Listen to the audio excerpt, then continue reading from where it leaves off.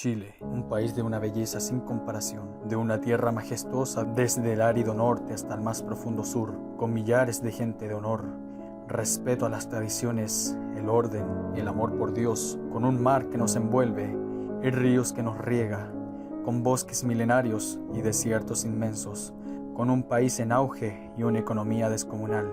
El chileno nunca gozó tanta bonanza como el día de hoy. La pobreza casi eliminada, la educación era de todos, la tecnología inundaba nuestras vidas, lo que permitió que muchos hombres saliesen de la nada y forjasen su futuro. Pero por otro lado, producto de la miseria de muchos individuos colectivizados bajo la izquierda, que adoctrinaron generaciones de jóvenes con las mentiras más absurdas, embadurnadas de los términos panfletarios de tiempos inmemoriales como la igualdad, justicia, fraternidad, algo que siempre predicaron pero nunca practicaron, dado que la naturaleza de estos entes no son esos valores, sino son el odio, la mediocridad, la falta de respeto, el deshonor, la envidia y la voluntad de destruir todo lo bueno, generando el caos donde ellos pululan. Pero, ¿a qué voy con esto?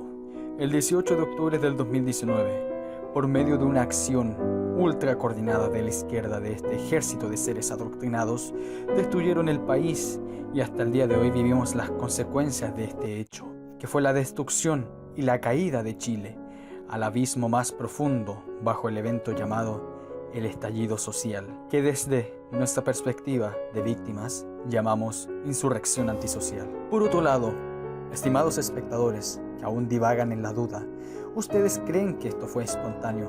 ¿Que fue apolítico? ¿Transversal? ¿Pacífico? ¿Todavía usted cree que doña Juanita y don Lucho, el 18 de octubre en el atardecer, se levantaron para quemar decenas de estaciones del metro simultáneamente?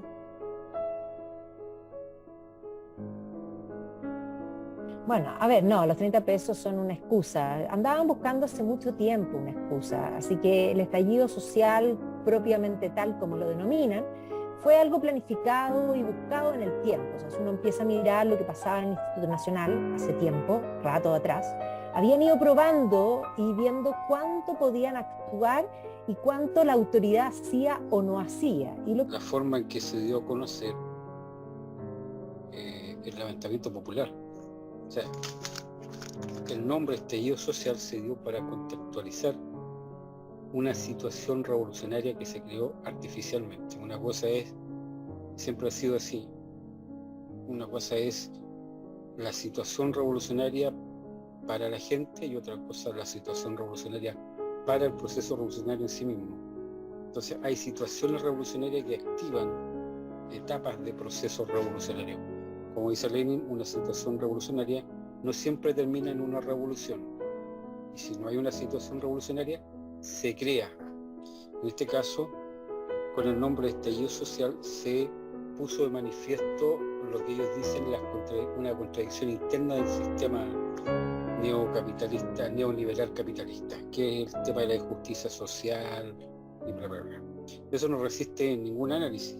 No es nada al azar, no fueron los 30 pesos, no es nada, esto es de manual, esto viene desde el Foro de Sao Paulo y el Duomo de Puebla, está perfectamente orquestado y en Chile se está siguiendo paso a paso todos los lineamientos que existen en esa planificación y en ese programa de apoderarse completamente del continente latinoamericano.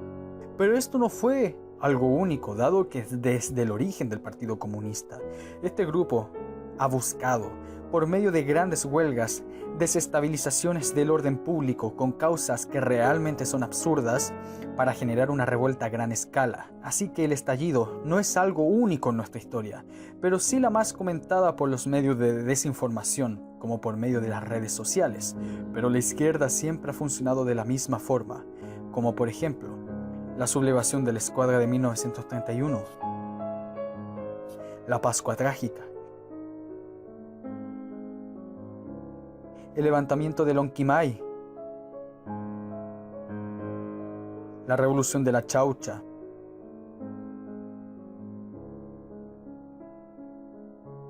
la huelga del carbón,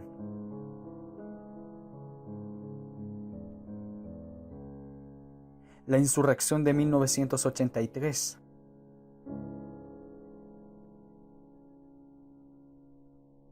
Pero existe algo más simbólico. En el 18 de octubre, dado que la toma de ese día no fue por casualidad, justo cayó un viernes que permitía agrupar más gente, como también tener todo el fin de semana. Pero ¿cuál es este elemento emblemático? Son muy simbólicos, la izquierda es muy simbólica. Y octubre significa, tiene el significado de la radicalización de la revolución desde la época de Lenin. El término que Lenin va a utilizar inmediatamente después de la revolución, cuando le pide a Eisenstein que haga una película para conmemorar la revolución rusa, el término es Oktober.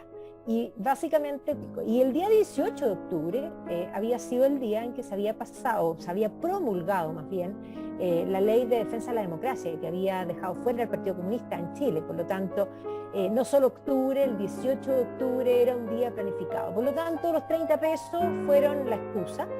Bien, efectivamente, lo que ocurrió no fue el 18 de octubre.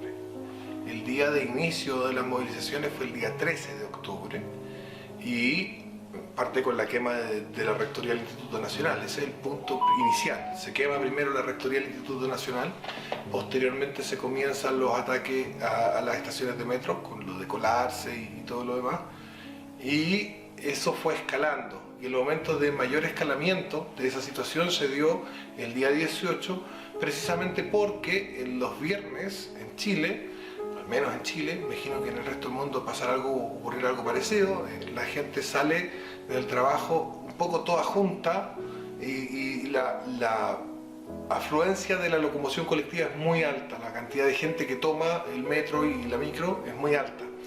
Y en ese sentido, las medidas que estaba tomando el presidente, que eran cerrar ciertas estaciones donde se encontraban hechos de violencia para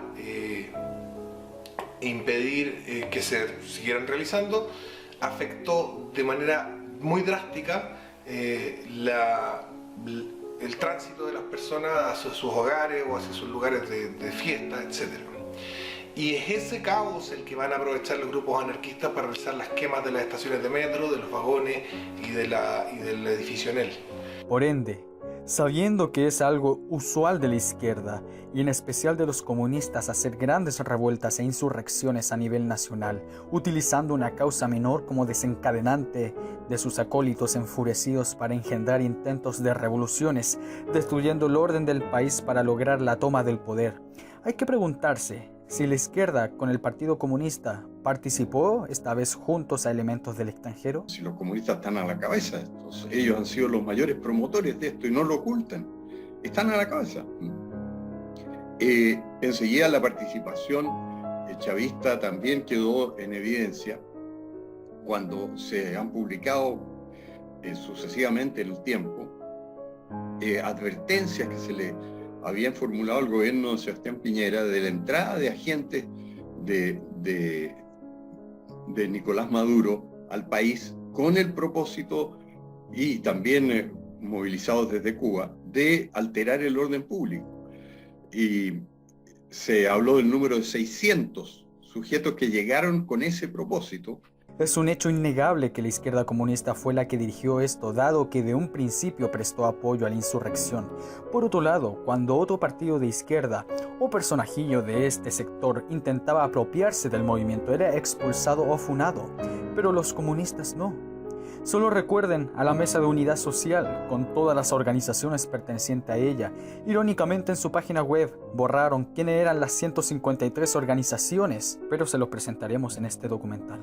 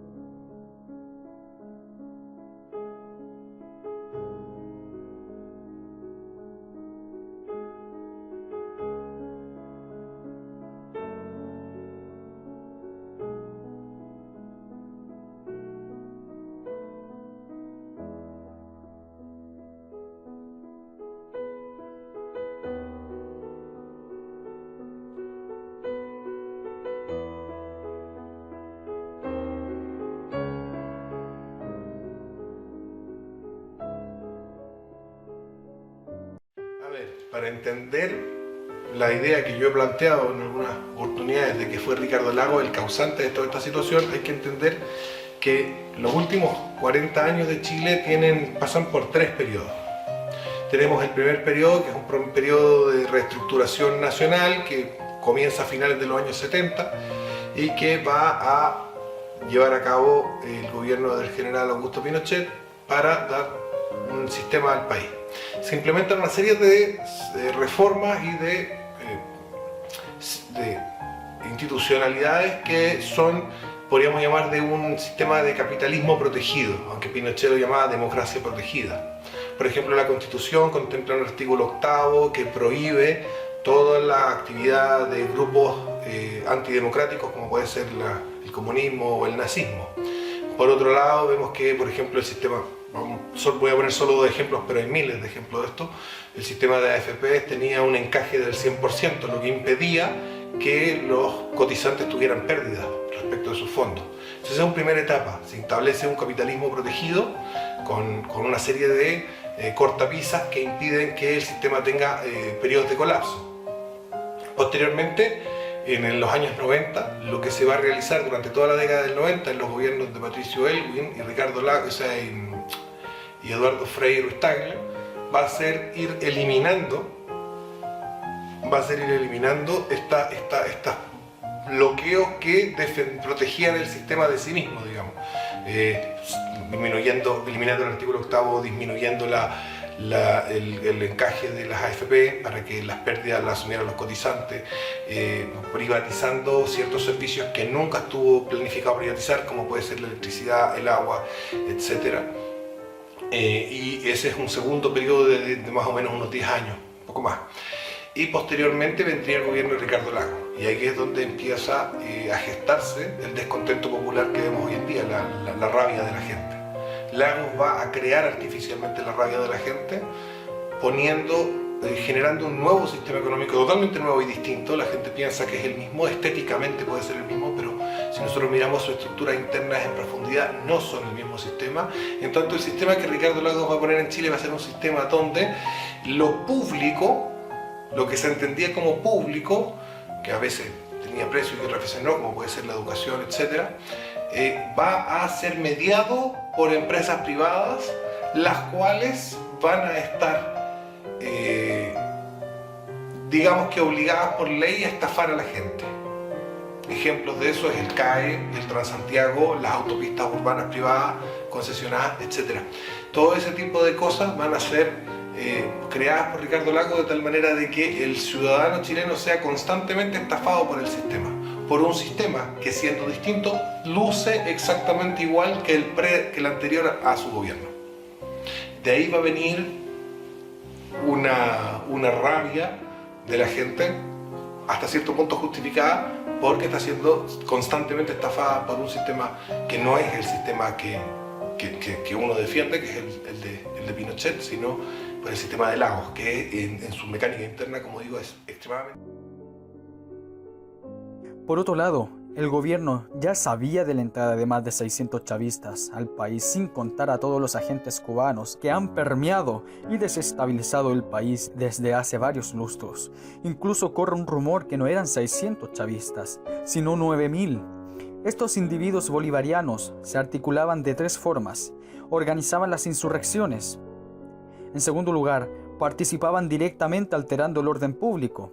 Y por último, se dedicaban a controlar las redes sociales. Incluso hasta el día de hoy podemos ver la participación chavista en vandalismo local. El Partido Comunista está alineado a la FARC y a su vez esta ha entrenado a las guerrillas terroristas del sur, y el Partido Comunista está alineado con el Foro de Sao Paulo y Venezuela. Es un hecho innegable, pero podemos ver cuál fue la actitud de Maduro acerca de lo que sucedió en Chile. En esos computadores se encuentran los primeros indicios de todo el contacto que tenía el Partido Comunista chileno con la FARC. Una operación, digamos, más bien de tipo de guerrilla, digamos, y probablemente con conocimientos y expertise que no existían en Chile. Bolivia, Ecuador. Entonces este es un poco lo que está detrás del tema del Foro Sao Paulo, o sea, generar un un movimiento, una especie de revolución continental.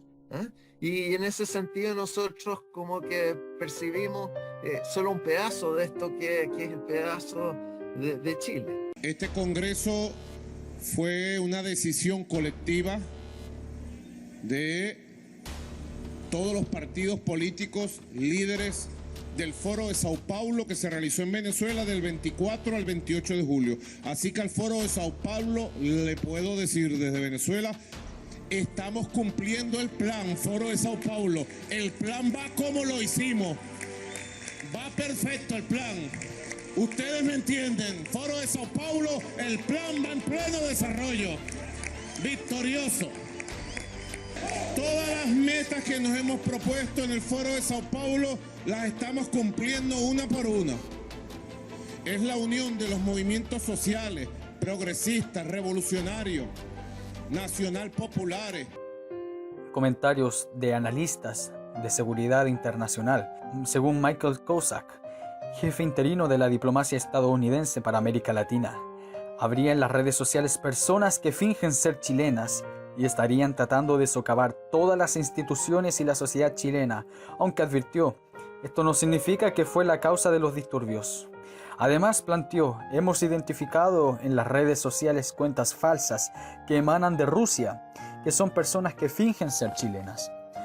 Por otro lado, Luis Almagro, secretario de la OEA, afirmó, existe un patrón común de desestabilización liderado por Venezuela y Cuba en los países latinoamericanos, los que se han aplicado en Colombia, Ecuador y Chile. En el caso de Chile profundizó, diciendo, las brisas del régimen bolivariano impulsadas por el madurismo y el régimen cubano traen violencia, saqueos y destrucción y un propósito político de atacar directamente el sistema democrático y tratar de forzar interrupciones a los mandatos constitucionales. Los intentos que hemos visto documentados en Ecuador y Colombia, vemos hoy repetido ese patrón en Chile. Por otro lado, se dice que el 6% de los detenidos en la insurrección antisocial fueron 2% venezolanos. Ahora la pregunta, ¿cómo pasó lo que pasó? Desde los años 90 la izquierda se retiró de la vía armada por la vía de la propaganda gramsciana, la cual buscó hegemonizar los espacios de las organizaciones sociales, creando grupos identitarios que busquen voluntariamente dejar el orden tradicional por el cambio revolucionario. Esto se llama revolución molecular disipada. Una buena parte de la sociedad corrompida con ideales absurdos, fracasados, delirantes, odiosos, han penetrado gracias a la toma de todos los espacios culturales y de la sociedad civil de mano de políticos baratos, profesores panfletarios, y ahí está su resultado, los insurrectos del 18 de octubre. La revolución molecular es un libro de Deleuze y Guattari, son dos autores posmodernos de la izquierda posmoderna, que plantean que una sociedad en general tiene una cultura dominante. En la época moderna esta cultura se manifiesta en lo que son las modas, ¿no es cierto?, que son periodos culturales, y Deleuze y Guattari van a decir que la forma de destruir el sistema capitalista, que es un sistema que produce precisamente para el general de la población, para la producción en masa, va a ser comenzar a generar deseo disidente, que genere, ¿no es cierto?, por lo tanto, una demanda disidente, una demanda molecular, es decir, de grupos pequeños, se forman estos pequeños grupos como tribus urbanas, como lo vimos durante los años 90, principalmente con los metaleros, los punks, los góticos, los raperos, etc. Van a ser estos grupos disidentes los que van a generar una demanda que el sistema capitalista no puede controlar, y por lo tanto ese deseo disidente se convierte también en un deseo anticapitalista, y van a converger estos grupos, que son grupos separados, los animalistas, los feministas, etc., van a terminar convergiendo en el anticapitalismo, y por lo tanto van a terminar asediando el sistema por tantos frentes que no va a ser capaz de defenderse. El 7 de octubre, con el Liceo número 1 Javiera Carrera, el Instituto Nacional y el Internado Nacional Barros Arana, instituciones caracterizadas por su tendencia de izquierda y de adoctrinamiento a sus alumnos por años por profesores de izquierda, El uso que tiene el Partido Comunista con la Federación de Estudiantes Secundarios, el usar menores de edad, son inimputables y su actitud de rebeldía la justifican con un sello de pseudo-madurez y de lucha social por los medios de comunicación, los cuales usualmente tomaban acciones en la estación de Chile y aledañas, pero mientras tanto las autoridades pensaban que solo eran los típicos caprichos infantes de izquierda. Para el martes 15 de octubre la línea 1, 3 y 5 se enfrentaron a interrupciones en su servicio producto al alto número de manifestantes. Cada vez se hizo más usual las evasiones masivas por escolares y universitarios con clara tendencia de izquierda, desmintiendo de un principio lo que sucedería en días posteriores, que fue algo apolítico y espontáneo.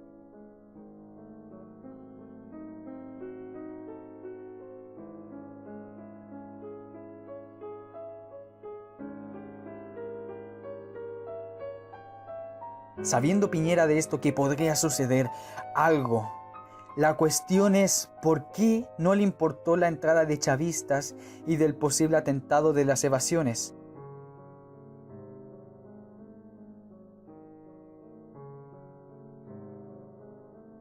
Es interesante cómo funcionó la organización de estos grupos.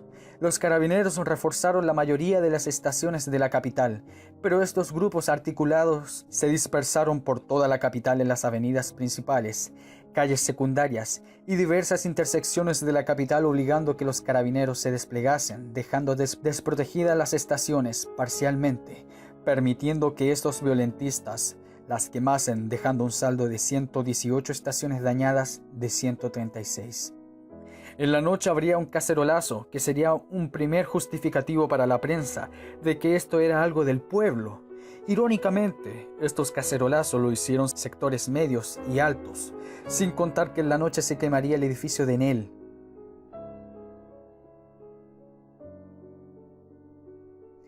Ya para el lunes 21 iba a haber 8 muertos producto el actuar de los saqueos y disturbios públicos, pero lo importante de este día fue la frase de Piñera. Muy buenas noches. Quiero hablarle a todos mis compatriotas que hoy día están recogidos en sus casas. Estamos en guerra.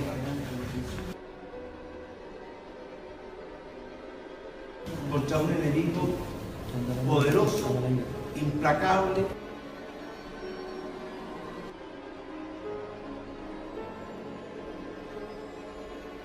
que no respeta a nada ni a nadie, que está dispuesto a usar la violencia y la delincuencia sin ningún límite.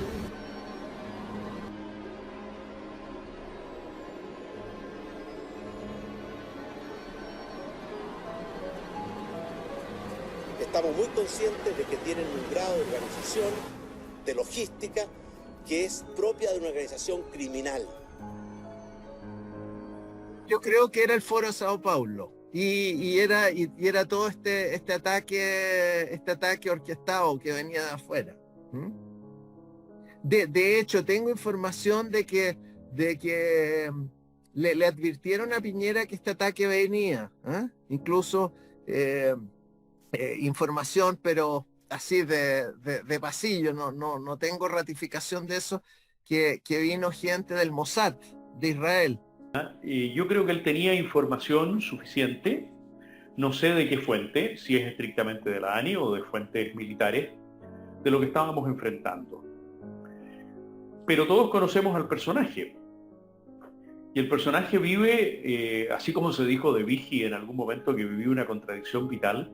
Entonces este hombre, yo creo que sufrió esa noche el trauma de decir lo que el sentido común le indicaba, y a continuación de contradecir lo que el sentido común le indicaba con todas las acciones que fue tomando. Sí, había que sacar a los militares a la calle y en ese sentido parece que iba en la línea correcta, pero inmediatamente a continuación, 2 o 3 días después, la guerra contra el enemigo poderoso había desaparecido. A que Piñera lo han criticado mucho, que haya dicho estamos en guerra contra un enemigo muy poderoso. Pero si eso es verdad, pues. Estaba en guerra con un enemigo y está en guerra con un enemigo muy poderoso. Lo que pasa es que ya se rindió, perdió la guerra. Era evidente que él, en lugar de tratar de lo han criticado porque dicen que el general que estaba a cargo de la fuerza en Santiago dijo: yo no estoy en guerra con nadie. Por supuesto que estaba en guerra, si había una violencia desatada y tenía que ganar la guerra. El general era el primero que debía haber sabido que estaba en guerra. Piñera sabía que estaba en guerra y por eso se ha filtrado un audio de la... Amiga, yo creo que lo más importante es tratar de nosotros mantener la cabeza fría, no seguir calentándonos, porque lo que viene es muy, muy, muy grave. Adelantaron el toque de queda porque se supo que la estrategia es romper toda la cadena de abastecimiento de alimentos, incluso algunas zonas del agua, las farmacias. Intentaron quemar un hospital e intentaron tomarse el aeropuerto. O sea, estamos absolutamente sobrepasados, es como una invasión extranjera, alienígena, no sé cómo se dice, y no tenemos las herramientas para combatirla. Por favor, mantengamos nosotros la calma, llamemos a la gente de buena voluntad, aprovechen de racionar la comida, y vamos a tener que disminuir nuestros privilegios y compartir con los demás. Desde el 19 hasta el 28 de octubre se hizo presencia el estado de excepción constitucional, con consiguientes toques de queda, lo cual funcionó parcialmente dado que el ejército ni carabineros tenían poder de reprimir, sino simplemente de detener. Sí, llegaron a hacer una pega que no pudo hacer el ejército, porque el ejército salieron como los buenos de la película. El ejército salió como Hollywood. ¿Cómo se llama esto? Lo que estábamos hablando, de la cosa de las películas, ¿no? Avatar, ¿no? Ellos eran ecologistas, eran buena onda, y jugaban a la pelota con la gente, ¿te fijaste eso? ¿No? Se ponían a jugar a la pelota, andaban con feroces armas, pero no quisieron manchar su reputación. Es decir, la caballería del zar, los caballos estaban metidos adentro y los sables estaban sin filo. No podían salir la caballería del zar. Y estos gallos, yo encuentro que fue... El patriota chileno es la reserva moral que hay. Y esa reserva moral existe. El chileno existe, el chileno patriota, el chileno íntegro. Y que no hace política porque está dedicado a trabajar y a su familia. El enemigo poderoso, a nuestro pensar, se refería no solo al vandalismo y a la delincuencia, sino al Partido Comunista, tanto como nacional como internacional.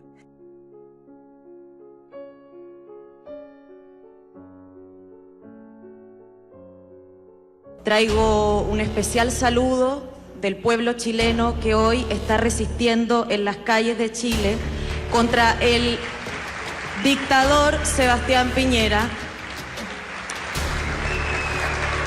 Chile despertó y eso no es una consigna y no es real lo que quieren decir los medios de comunicación hegemónicos, que son el 99% en mi país, que no estamos organizados o que esto es una manifestación espontánea. Eso no es verdad. Si estamos organizados.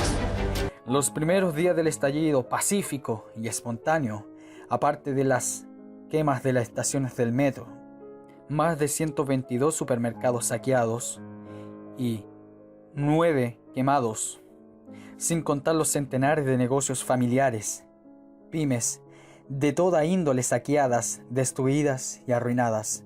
Es irónico, un movimiento que luchaba por el pueblo le quitó el sustento de vida a muchos del supuesto pueblo por el cual luchaban. Junto a la destrucción de los locales comerciales y sus constantes saqueos, se agrupan individuos a defender sus tiendas y hogares, los llamados chaleco amarillos. Tiene que cumplir con ciertas características y la gente no se anda disparando a tontas y a locas. Pero lo que pasa es que si tú desarmas a la población, tienes el control total de la población, ¿ya? Porque ahí, ¿qué es lo que hace? Desarmas y deshabilitas, ¿cierto? Desacreditas a la policía, le quitas también todas las atribuciones a las Fuerzas Armadas normales, desarmas a la población y tienes el control de la gente. Lo menos que podían hacer, defenderse. Lo que pasa es que desde el caso Cobin, que andaba con chaleco amarillo cuando le pasaron todas estas cosas, la gente tiene miedo de usar chaleco amarillo porque en primer lugar los extremistas la atacan al tiro, porque lo identifican como personas contrarias al extremismo.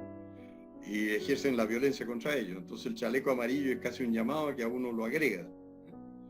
Y en segundo lugar, la autoridad es severa con ellos, mucho más que con los delincuentes.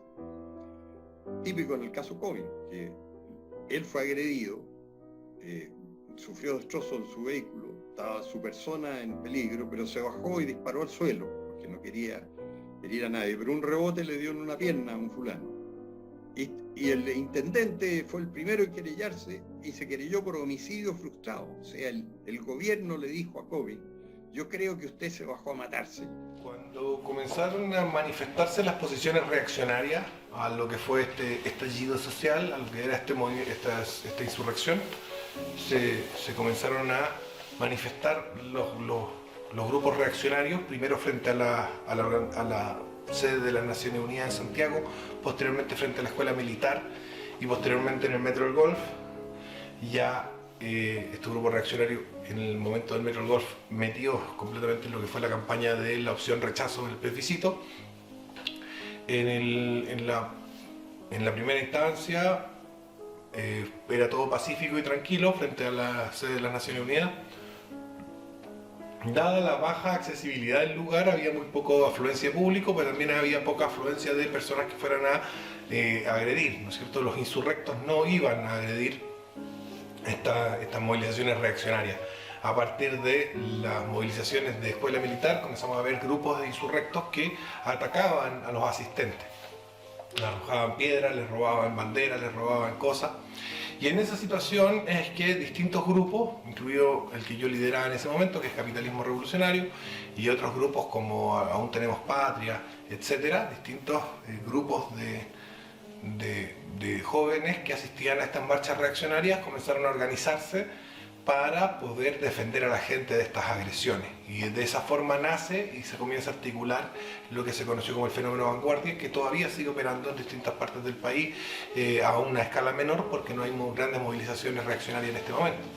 En ese sentido, se operó con la intención y en acción de defender a los manifestantes de la agresión de los grupos insurrectos, frente a lo cual, claro, la justicia actuó y hay muchas personas perseguidas, entre ellos yo, por las acciones que se realizaron.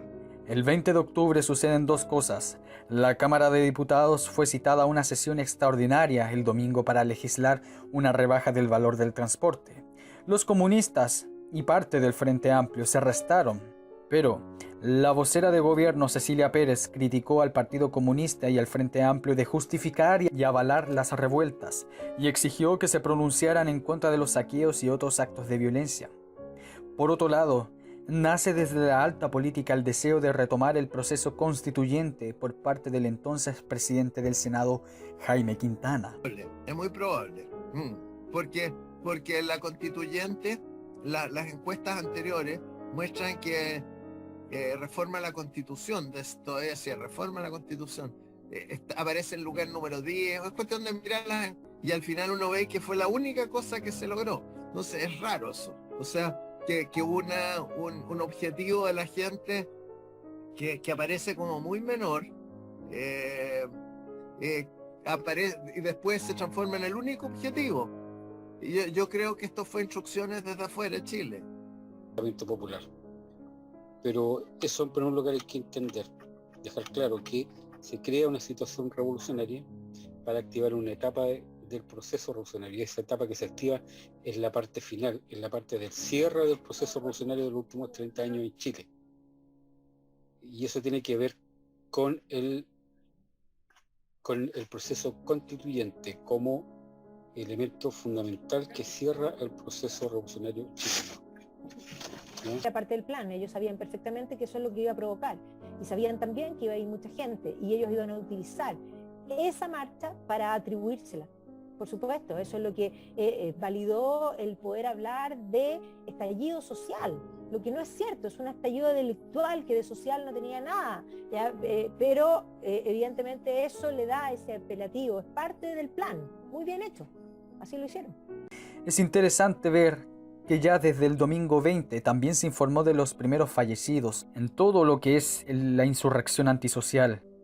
Los muertos fueron 15 que fueron encontrados en lugares siniestrados, 14 corresponden a muertes en lugares incendiados, 1 corresponde a una muerte de electrocución con barreras eléctricas de protección, 7 por muerte que involucraban enfrentamiento con otros ciudadanos, 4 por atropello de ciudadanos a protestantes, 2 por disparos de ciudadanos a saqueadores, 1 por ataque con arma blanca de saqueadores a comerciante, 6 por muerte que involucraban enfrentamiento con fuerza del orden, 2 por disparos de baline, 1 producto de golpes, 2 a causa de atropello, 1 por un impacto de bala, 5 por muertes que se produjeron en medio de una protesta, 1 es producto de un paro cardiorrespiratorio, 1 a causa de asfixia por sumersión, 2 por atropellos en medio de manifestaciones, 1 debido a un golpe de un objeto contundente y 1 es por un disparo de bala sin determinar procedencia.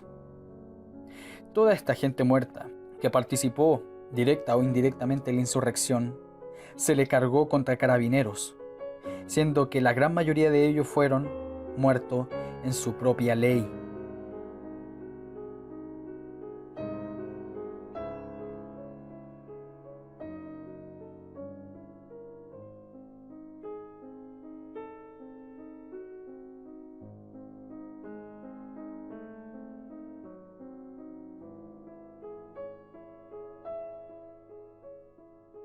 El 23 de octubre, el gobierno se rinde.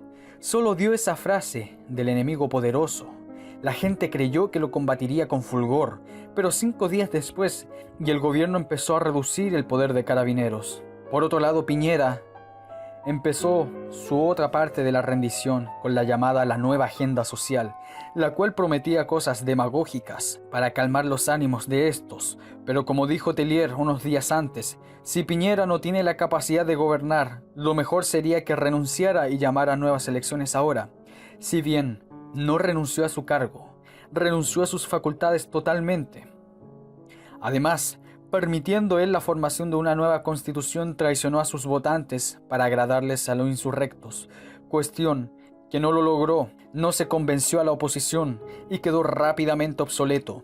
2 días después, los 14 partidos opositores del gobierno, Revolución Democrática, el Partido Comunista, el Partido Socialista, el Partido Demócrata Cristiano, el Partido por la Democracia, el Partido Radical, etc., emitieron una declaración conjunta en donde se manifestaron a favor de la Asamblea Constituyente dedicada exclusivamente para la redacción de la nueva Carta Magna y que sea electa en su totalidad. Ni más ni menos. Y no te olvides que en Venezuela comenzaron con una comisión constituyente y después se la pasaron por las partes más húmedas del cuerpo y se autonominaron Asamblea Constituyente. Y quedaron, y como nadie grita, como nadie dice nada, listo, aquí estamos instalados. Y ahí estamos instalados. ¿Usted cree que Piñera decía? Los liberales, los neoliberales y la UDI y Renovación Nacional sencillamente fueron entregando todo el terreno y esto fue como un partido donde los jugadores del otro equipo no juegan. Que han querido y están al borde de llegar al poder, en realidad, no solo por la fuerza que ejercen a través de la violencia, sino que porque tienen un candidato bien posicionado en el primer lugar de las encuestas. Entonces, esto que ha sucedido en Chile se debe exclusivamente a que el gobierno no tuvo pantalones para restaurar el orden público. Yo me acordé del acuerdo de München, ya cuando Chamberlain volvió a Londres con un papel en la mano y dijo, salvé la paz. Pero Chamberlain había pecado de iluso, porque uno diría, ¿fue mal político? No, pero Chamberlain era a gentleman, indeed, ¿ya? Que había negociado un acuerdo por escrito con el que él creía que era un caballero también, que era Herr Hitler. Pero Herr Hitler no era un caballero, era un picante de tomo y lomo, que no iba a cumplir nunca su palabra. Bueno, este es exactamente lo mismo. El 15 de noviembre se hizo un acuerdo con un grupo que, de hecho, algunos se restaron del acuerdo, pero dentro de eso varios estaban dispuestos a no cumplirlo. Es más, aceptaron las reglas, porque estaban seguros que podían cambiar las reglas. Además, aparte de su rendición, vemos el cambio de Chadwick por Blumel y el cambio de una gran parte de la cartera ministerial. Pero Blumel era era una cosa marketinera. Cambiar un rostro de Rottweiler por un rostro de un perrito simpático que mueve la cola.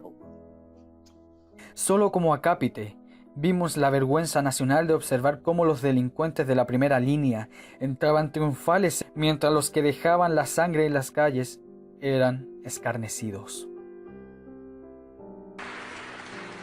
Por favor, recibámoslos de pie con un aplauso a nuestros héroes, a los representantes de la represión, de los agentes del Estado, que se hagan presentes acá adelante, escuchemos qué nos tienen que decir.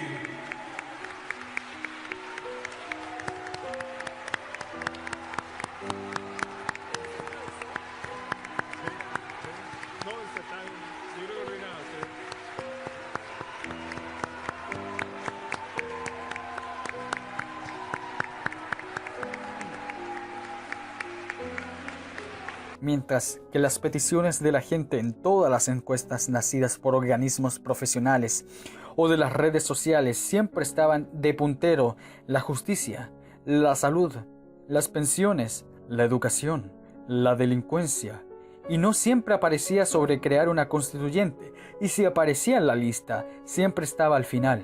Es lo irónico. Sí, yo creo que sí, sí. Y de ahí además sirvió para validar el término estallido social. Entonces taparon este verdadero operativo militar que hicieron otros países contra Chile, como que fuera algo espontáneo de doña Juanita, digamos. Yo creo que claramente le sirvió para lavar imagen, y la prensa obviamente le sacó mucho partido. La gente pidió muchas cosas, precisamente debido a las características moleculares de la revolución que se vivió en ese periodo. Esa insurrección estaba marcada por lo que habíamos hablado de la molecularidad del deseo. Por lo tanto, se pidieron muchas cosas muy diversas. La mayoría de los problemas que apuntó la gente, la mayoría y no todos, eran problemas más o menos reales. La mayoría de las soluciones demandadas por la gente no eran justas y no estaban bien planteadas. Ese sería lo que yo respondería. No hay ninguna justicia por ejemplo, hay gente en Chile que no tiene acceso al agua potable. Por lo tanto, la respuesta de los que se manifestaban era expropiar el agua potable y el agua de regadío de los que sí tienen para, de alguna manera, hacer que los que no tienen tengan, cuando en realidad lo que hay que hacer obviamente es construir infraestructura de tubería, etcétera, cañería, bla, bla, bla, para conseguir agua potable para esa gente. Ese es solo un ejemplo de cómo estaban muy mal direccionadas las demandas de las personas. Entonces, independiente de que muchas de las rabias de la población estaban justificadas, como vimos en toda una serie de políticas que hizo Ricardo Lagos, que lo que hicieron fue poner al sistema contra la gente, a su vez, las soluciones que se proponían no eran soluciones, eran caprichos políticos ideológicos, molecularmente creados como deseos mediante los medios de comunicación y los dispositivos culturales con los que la izquierda cuenta, y que no tenían ninguna justicia en tanto demanda, en tanto motivos para... Pero de esta marcha sacamos 3 conclusiones. La primera es que los que crearon la marcha prohibieron las banderas políticas. Segundo, ¿quiénes eran los que convocaron la marcha? Y por último, ¿para qué sirvió esta marcha? Por cierto, hay un rumor no probado, pero deja mucho que pensar, que el Partido Comunista, antes del estallido, hizo un llamado a que los militantes de regiones se fuesen a la zona central, pero insisto, solo es un rumor, pero bastante interesante.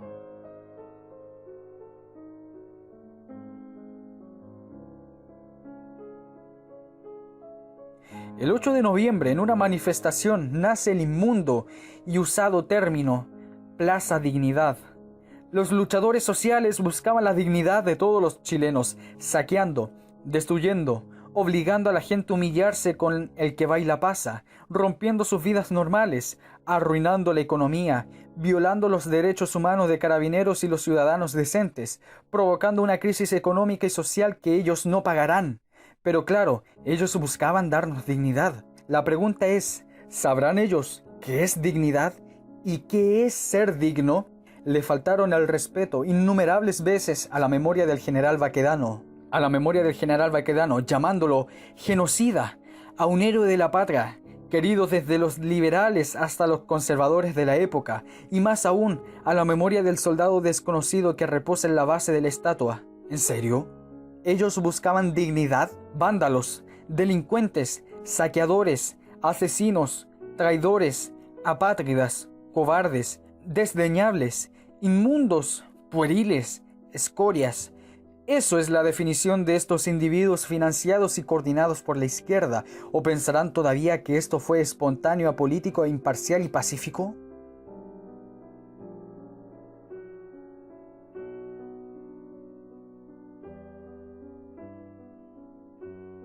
Ahora es de importancia el ver la situación de los carabineros. Ellos que prestaron sus vidas para defender a los ciudadanos decentes, fueron escarnecidos y atacados y apuñalados por la espalda por los políticos y sus superiores, donde cada vez le quitaban atribuciones para defender y hacer un hecho el Estado de Derecho. Primero fueron con las armas y los balines no mortales.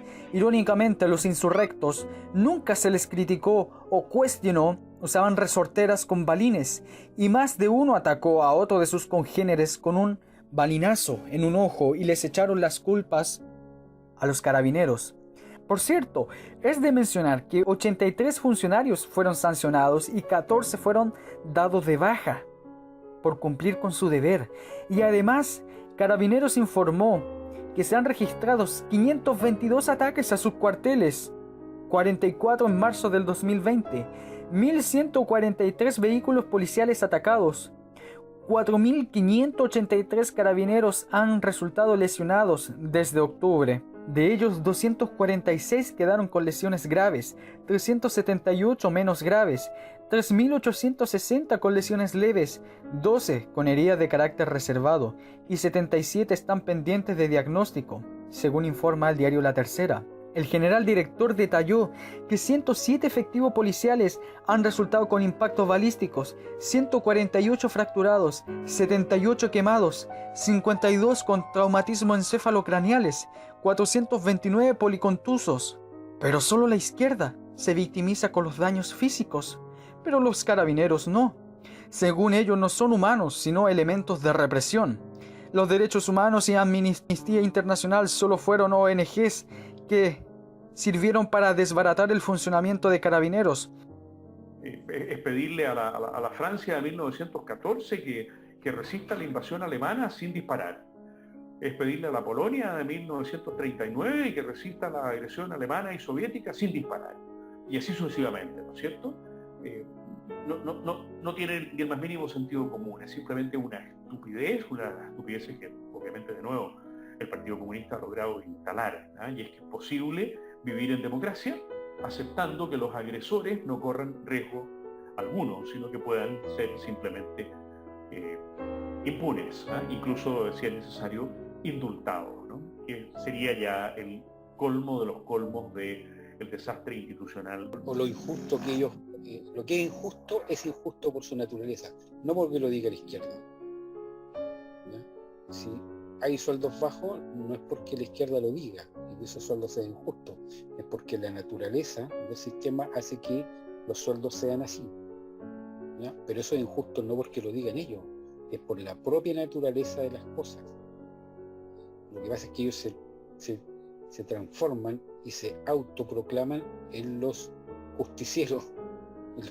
Ellos son los únicos que son capaces de entender los problemas y hacer justicia. Eso por supuesto que es falso. El atropello a los derechos humanos es la herramienta que la izquierda nacional e internacional ha utilizado para vedar a los gobiernos defenderse de las azonadas provocadas por los comunistas.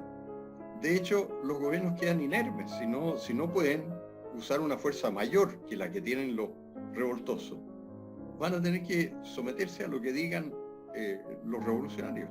Hacían la mención de 460 guerrilleros sociales con daños oculares y después, a finales de agosto del 2021, fueron solamente 173. ¿Y quién nos confirma que muchos de ellos no se dañaron a sus acometidas de ataques de resorteras con rodamiento?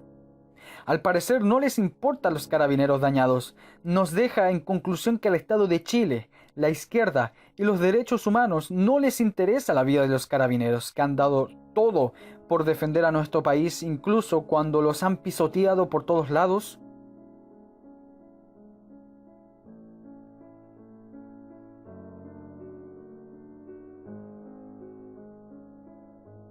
La prensa demostró su nivel más bajo. Irónicamente, los violentistas decían que la prensa era de ultraderecha, aunque parece ser sarcasmo, porque estos periodistas de ultraderecha pasaban defendiendo el estallido, desinformando en directo que las marchas eran pacíficas, pero lo raro es que siempre terminaban en saqueo y destrucción. Y por otro lado, que se dejó ver totalmente la actitud de los periodistas, donde la imparcialidad la guardaron como la dignidad que predicaban los violentistas. A nivel internacional vemos solo la mirada de la izquierda, que el Estado malvado reprimía a manifestantes justos, dignos y pacíficos, donde las mentiras de estos diarios y televisión abierta se dejaron ver. Figuras internacionales como el Papa y muchos cantantes y famosos apoyaban a los manifestantes desde sus casas, alejadas del caos, que buscasen la paz, la unión, la amistad, pero claro, desde sus mansiones en el extranjero. Es cómodo, como la panfletera Mon Laferte, donde en una ceremonia de premiación vendía una fake news. Es fantástico ser comunista caviar. Por último, las fake news masivamente expandidas por la izquierda por grupos de WhatsApp, Facebook y Twitter, como el caso de Josué Maureira, el supuesto joven violado por carabineros, que después se demostró que nunca fue violado. También el caso de los carabineros violando mujeres en sus comisarías, totalmente refutado gracias a las cámaras de seguridad. Los helicópteros disparando a los techos, muy difundido en los primeros días del estallido delictual, los cuales nunca fueron comprobados. Los militares incendiando supermercados para quemar sus muertos. Los carabineros consumiendo cocaína. Los carabineros robándose televisores. La falta de benzina de la ENAP. Y sobre todo, la soda cáustica de los guanacos. Todas estas fake news. Eso es de manual, pues si lo primero que tienes que hacer tú para poder imponer un relato es infiltrar la prensa. Eso lo dice Gramsci. Para hacernos con el poder primero tenemos que infiltrarnos, y infiltrar nuestra idea en la cultura, en los medios de comunicación, en la prensa, en los institutos, en las universidades, en cualquier cosa donde se transmita la cultura. Entonces, si tú ves a todos estos periodistas, son todos progres, los actores son todos progres, todos de izquierda, y están en posiciones de poder y son mantenidos por el sistema, porque son peones y son funcionales del sistema. O sea, ¿qué es la fake news? O sea, el concepto entero yo lo encuentro malo para la libertad de prensa, el hecho que haya alguien que pueda decir qué es lo que es fake news y qué no. Lo más sano es permitir libertad en ese sentido, que la misma gente decida, y cada uno tiene sus argumentos y todo, y en el fondo poner algo a priori, el mismo concepto de que existan fake news es malo para la libertad de prensa, porque en el fondo muchas veces puede haber de repente verdades oficiales o que este grupo de comunicación quiere lograr transmitir cierta cosa que es falsa, y a veces la fake news es la verdad oficial, ¿no? Y la verdad está en lo que están intentando ocultar. Ese es el peligro de todo esto, ¿no? Y sobre todo si hay un órgano oficial que puede decidir qué es lo que es fake news y no, en el fondo terminamos con el hermano mayor de Orwell, ¿eh? Mire, la verdad es que como había un profesor de historia español que decía la izquierda tiene muy buena prensa. Eso es verdad. Yo creo que es verdad porque los periodistas son en su mayoría gente de izquierda o simpatizante con la izquierda. Y por eso de que las mayorías se suelen imponer en los gremios, los periodistas de los medios, aunque sean medios de derecha, tienden a tratar de favorecer a la izquierda. Yo en parte por eso me fui del Mercurio en 2008, a fines de 2008, porque veía que el rumbo del diario era pro izquierda. Pero nadie, nunca nadie, se le hizo ver eso. Todo era justificado para la izquierda y todo era condenado para la derecha. Por su parte, la Cámara Nacional del Comercio y Turismo de Chile estimó en 100.000 los puestos de trabajo perdidos producto de esta crisis. Briones dijo que se perderían 300.000 hasta el principio del 2020, pasando el desempleo del 7 al 10% a nivel nacional. Y no solamente eso, con todos los daños hasta principios del 2020 fueron 1.400 millones de dólares de daño. Que claro, ellos no van a pagar, van a pagarlo la gente honesta. Terrible, porque en el fondo, cuando vino esto, la economía chilena iba creciendo, estaba generando empleo, incluso estaba acelerando. Cuando viene el estallido social, la economía inmediatamente entró en recesión, en el fondo. Hubo despidos de gente, todo, o sea, la economía empezó a, ¿cómo se llama? Le pegó fuerte, le pegó fuerte al producto, le pegó fuerte al empleo y sobre todo a la confianza en Chile y a la inversión. Y cuando ya como que la cosa se podía empezar a recuperar, de ahí nos pescó la pandemia. Entonces de ahí entramos en la recesión más feroz. De hecho, combinando estallido social más pandemia, de los 9 millones de personas que estaban trabajando, digamos, hacia septiembre de 2019, en junio de 2020 estaban trabajando 7 millones, o sea, es la combinación de pandemia más estallido social costó 2 millones de puestos de trabajo. Y de esos 2 millones de puestos de trabajo, recién se recuperaba un poquitito más de uno. O sea, hay entre 800 y 900 mil personas que todavía no recuperan su puesto de trabajo gracias a todos estos episodios.